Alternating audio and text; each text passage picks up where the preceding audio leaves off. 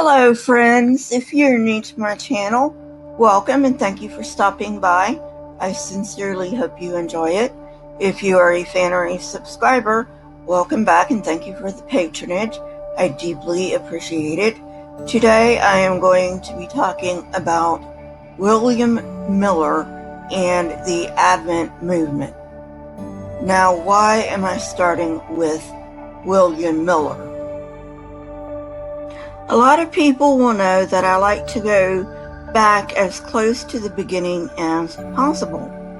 William Miller came out of the Second Great Awakening, and his movement was the Millerite movement, and what came out was, among other things, the JWs. One factor that prompted Miller to return to Christianity was the Battle of Plattsburgh in 1814. As a deist, Miller believed that God did not involve himself in human affairs. However, Miller felt that the American victory at Plattsburgh testified to divine intervention. By fall of 1816, he had converted to Christianity and soon found himself in a thorough, methodical study of the Bible. As he studied, when he found something that he did not understand, he would cross-reference passages that dealt with the same material. By 1818, after 2 years of study, he concluded that the world only had about 25 years left to exist. Jesus, he said, would return in about 1843. He came to this conclusion through the study of end-time prophecy in Daniel and Revelation. Of particular importance was Daniel 8:14, which stated, "Unto 2,300 days, then shall the sanctuary be cleansed."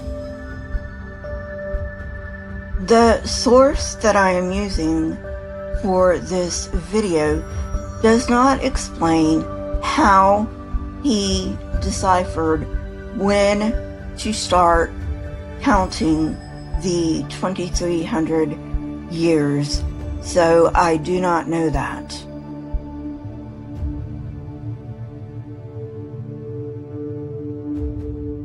Upon discovering this, he felt that he should warn people, but he was no preacher. He started seeking out clergy, but very few were interested. For another 8 years, he continued studying until he felt that he had to do something. By the early 1830s, he made a deal with God. If Miller received an invitation to speak publicly, he would.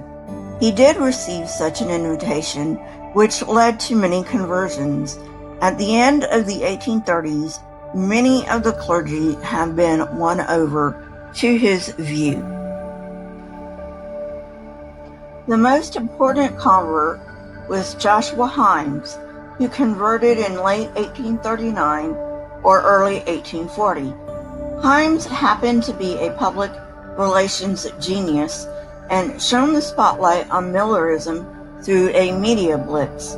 He settled on a two-pronged campaign to push Miller's message. First, he printed millions of Millerite books, pamphlets, and periodicals. The second way he disseminated information about the movement was to arrange many camp meetings and conventions. From 1840 to 1844, thousands accepted Miller's message. Tensions arose between the Millerites and the denominations to which they belonged as 1843 approached. Many found themselves expelled from their churches, which served as an impetus to form an Adventist church. Fitch and others concluded that any church that rejected Miller's message was part of Babylon, their term for false religion. Needless to say, Jesus did not come. When he failed to show in 1843, Miller suggested that he would return in 1844.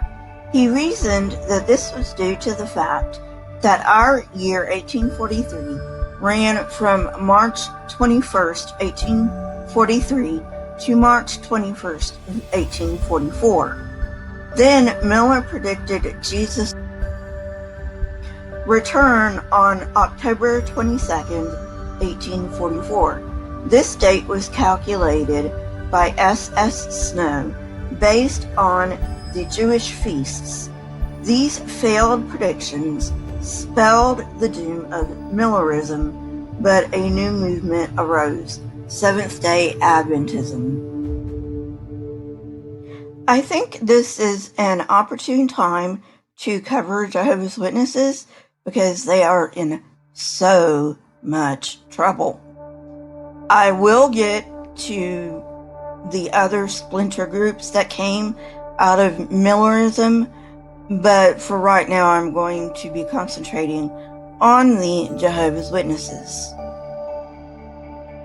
If you like this kind of content, please hit that like button, press the subscribe button, and if you would like to know when I come out with new content, please hit the bell next to the subscribe button. My Twitter, Discord, email, and PayPal links are in the description, along with the source that I used for this episode. Just a note about my source. It is a pro-SDA source, but I did not see anything wrong with using it, as it's just a history piece. Question everything and never be afraid. Remember, an unexamined life is not worth living.